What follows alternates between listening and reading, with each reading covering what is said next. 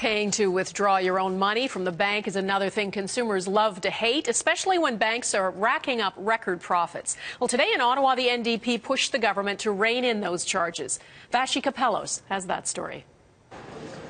When you're taking out cash at an ATM, this screen isn't what you want to see. What kind of fees do you see when you go to those machines? Sometimes I see $1.50 or more. And what do you feel like when you see those fees? It's like...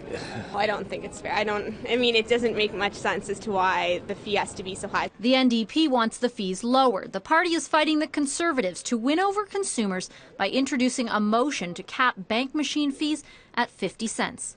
Now, those fees pop up whenever you go to a bank machine that isn't associated with your bank.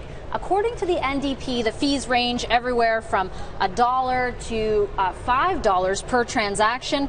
In this case, it's $2. Overall, the NDP says Canadians spend about $400 million a year just on ATM fees. These fees are rip-offs, plain and simple.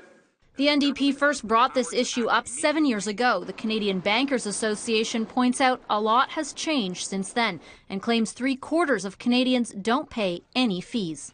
Canadians are using cash less, and they know to go to their own bank's machines so that they don't have to pay a convenience fee.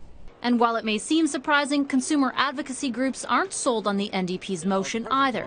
Totally a non-issue, I think. You know, people that use their own bank, and that's probably everyone, don't get charged anything. But while avoiding fees may be within our control, getting to your own bank's ATM isn't always convenient.